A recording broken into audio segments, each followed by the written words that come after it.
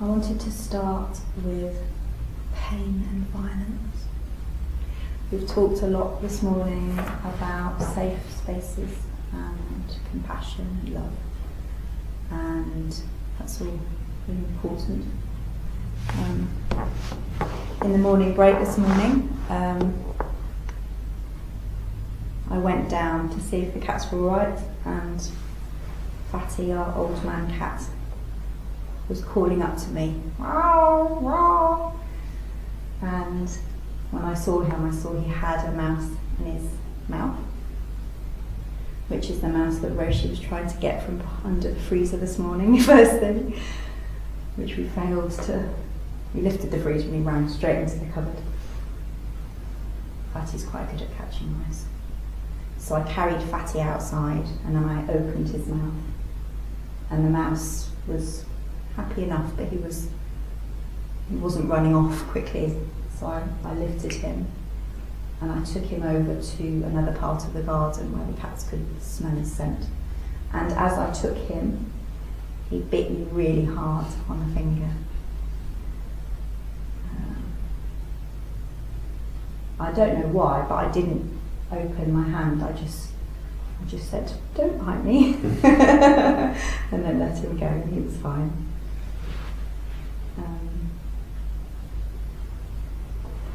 He bit me because he thought I was going to kill him, and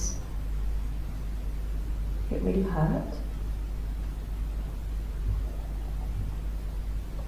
So when we think about the parts of ourselves and the parts of others that are violent and that hurt us or that hurt other people, it's always helpful to remember that these parts are doing what they're doing because they're trying to survive. There's something about what's happening that involves a survival instinct. And often those survival instincts have become warped. So the mouse didn't know that I was actually carrying it to safety. It didn't know that. It bit me because biting me was the thing that the instinct led it to do.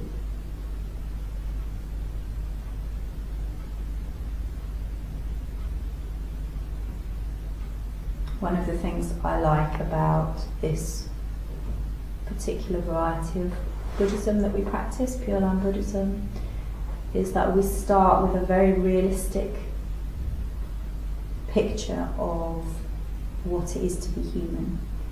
And the word that we use is bombu, which means foolish beings, wayward passions. That's what we all are. So we're actually filled up almost to the brim with greed, hate and delusion. And the greed and hate and the delusion also comes from fear of something. We're greedy and we want more of something because we don't want to experience the lack of it.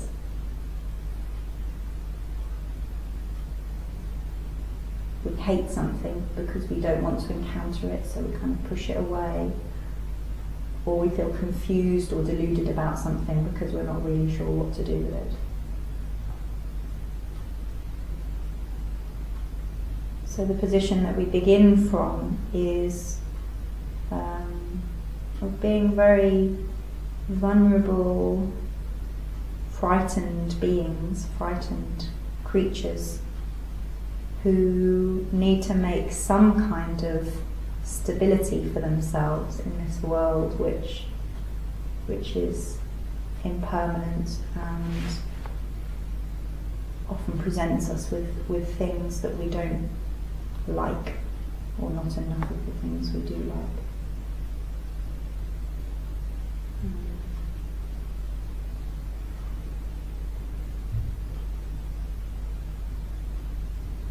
And usually the big stuff, the bits in us that really bite other people or that bite ourselves, the bits that really hurt, go way, way back. When we were very young, I guess there's two things about what happened when we were very young. One is that we learn how to be who we are. We learn how to be a human being when we're very young. So the things we learn at that point in our lives end up being pretty fundamental. It's like the sort of programming that we get. And we also learn these lessons when we are completely vulnerable. We can't even put our hand to our mouth, never mind feed ourselves. I love it when you watch babies and they're sort of working out what their bodies are and how to move them, and there's a sort of it's just all over the place. It's kind of like this random movements that just kind of gradually, very gradually become controllable. But when we're that tiny, we are completely dependent on the people around us to feed us and keep us warm. So we need to work out pretty quickly how to survive in that situation. And if we have a mother who seems to get upset when we're crying, then some part of us will learn to cry less, because if we upset her too much, maybe she won't feed us, maybe she'll leave us outside. So it's really important when we are considering these parts of us that we really don't like, that they formed in this situation, they formed under these circumstances where the stakes were really high. The stakes were really high. And I think it can be helpful to remember that, especially when we feel a bit foolish about how big a deal we're making of something. It may be that we need the mugs arranged very neatly, and that becomes like a really big thing. And it's not really the mugs, it's the fact that some of the way that we feel safe, or that we learn to feel safe, is to make sure that things are in order, the things around us are in order. So whenever we feel triggered by something, whenever we have an emotional reaction that feels sort of bigger than it should be, it's always interesting to wonder about what might this be symbolising, what story is this about, what survival mechanism is this about.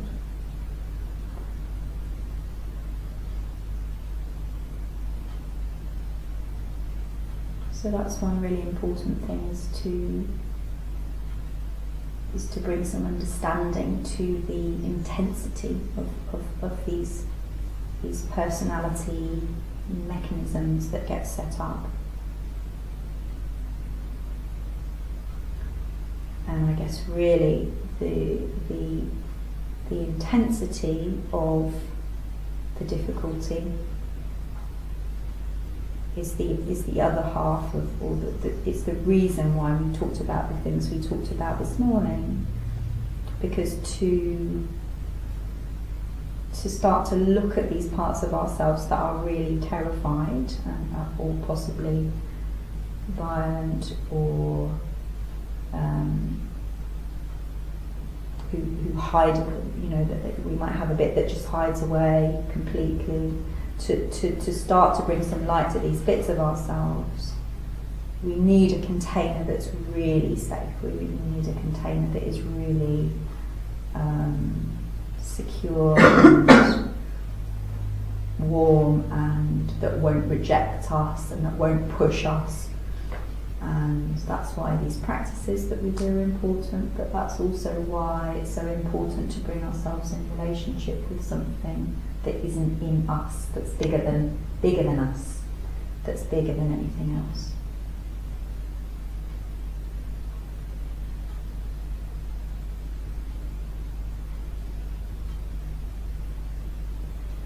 The other thing I wanted to say about these bits of us is that they all have something to tell us. They all have some wisdom.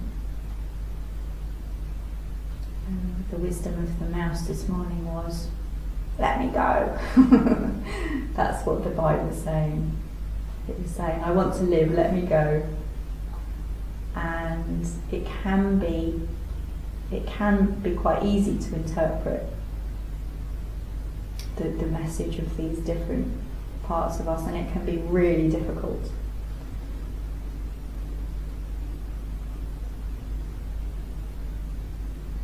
There's maybe there's two things. There's something about understanding, and then there's something about the message, and maybe those two things are the same, but maybe not always.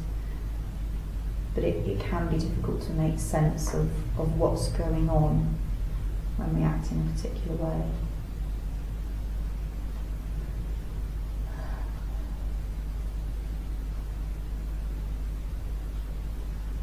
I'm wondering if an example might be helpful if I float too far off into abstractions.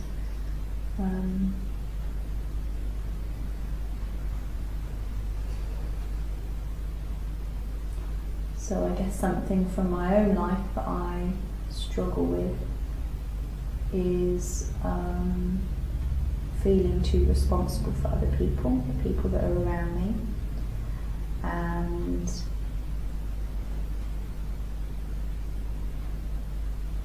I can kind of understand that bit now, and I understand why it's there, and it's a way of making me safe, is that if other people are okay, then I'm okay, so I make sure they're okay first, and then I'm okay.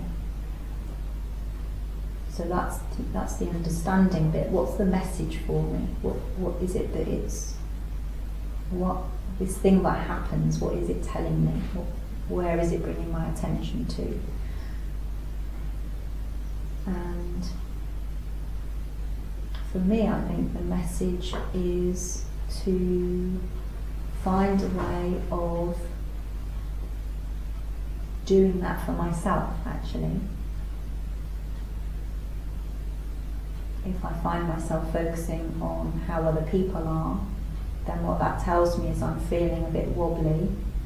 So if I tune into my own wobbliness, and maybe do something, or maybe just hear it and notice it, then the need to make other people okay kind of disappears.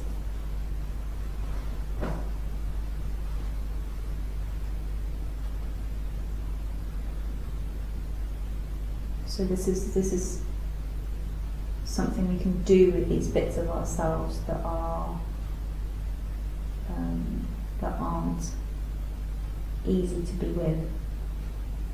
Is we can wonder what it is they're saying to us. What's their message, and what change are they inviting in us?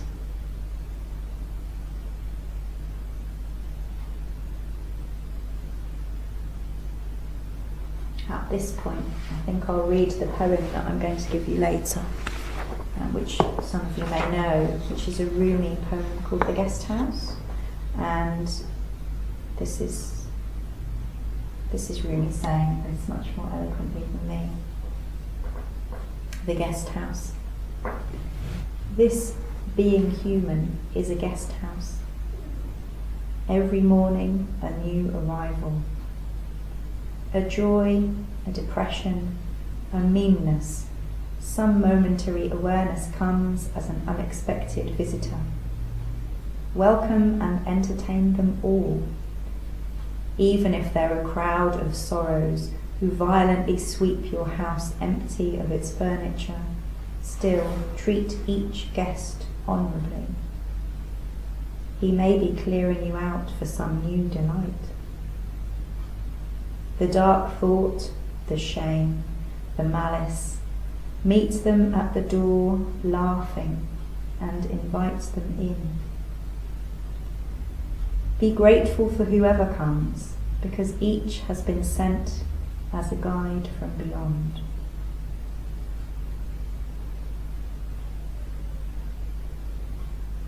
So that's something that I think is really difficult for us to do, is to maintain that state of welcome, regardless of what it is that comes up or turns up.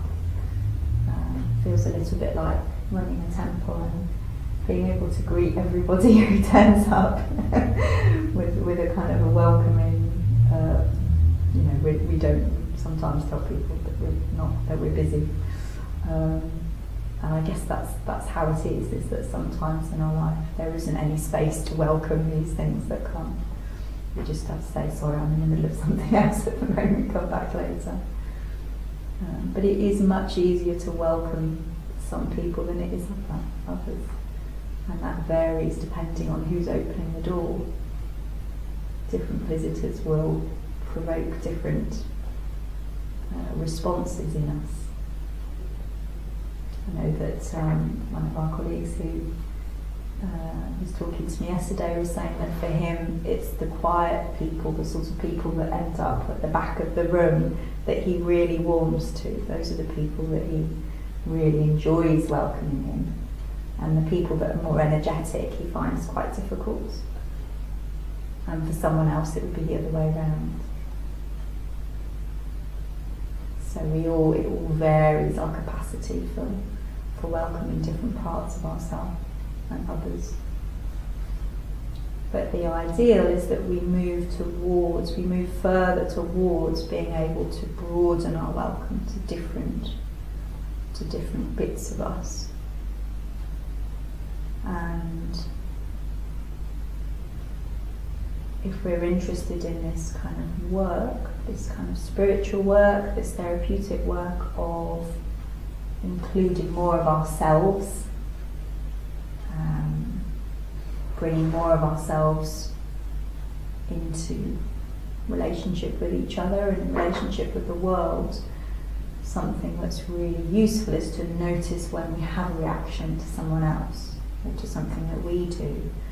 Who is it that really pushes our buttons? Who is it we feel drawn to? Who do we really avoid? And the people that we avoid will be our best teachers, unfortunately. I hate that that's the way it is. But those are the people that are really an opportunity for us to see something new about ourselves.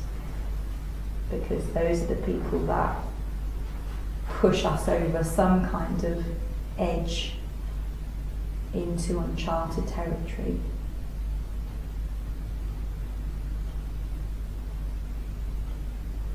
As Casper was saying earlier, we can't do that 24 hours a day. We need to trust that the process will take us through these periods of growth and possibly pain and joy, and then we might have a kind of a fallow period where we just, maybe it feels like we're doing nothing, but that there's some kind of integration taking place of the new stuff that we know. And I guess that during the day-to-day, that's what we've been doing.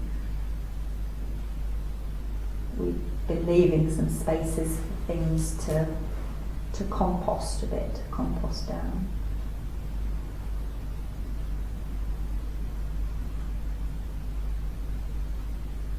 Maybe that's the other thing that I want to say, or that wants to be said through me, is that we can trust the process, in my experience. That another way of putting it is that we're only given what we can handle, even if we don't think we can handle it. Even if we have moments where we feel that it is completely unhandleable, that we can have faith that we are being held by some larger process. Sometimes the times that we think are the most difficult times, or the times that we really suffer, can be where the most riches come from. I know that a year I spent really becoming aware of a lot of my dysfunctional, a whole new layer of dysfunctionality in me, which was a painful year, it was a frightening year, has really been the foundation that I built my life here on. If I hadn't had that year, I wouldn't be here. I wouldn't be the person I am now. So even when things feel terrible, it can help to just think, well, maybe this is what I really need right now. That somehow the universe knows that this is what I really need, and if I can just stay with it, then it will take me somewhere new. It will take me where I need to go.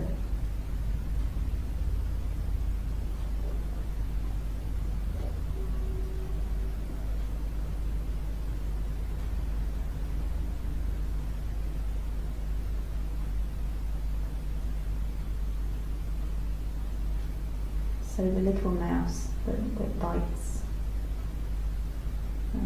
was a very cute little mouse. And you might want to take him with you into the next part of the afternoon. When there's something that feels ugly, or that you will judge, or that you think that other people will judge, just think of it as a mouse trying to survive. With cute little ears, little tail.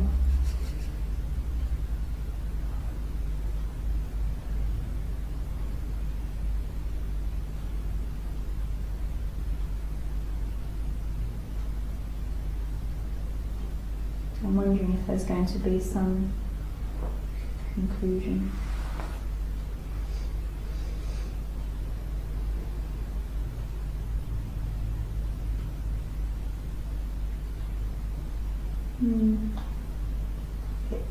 It's more than a lifetime's work. I think that's the thing that I want to finish with. But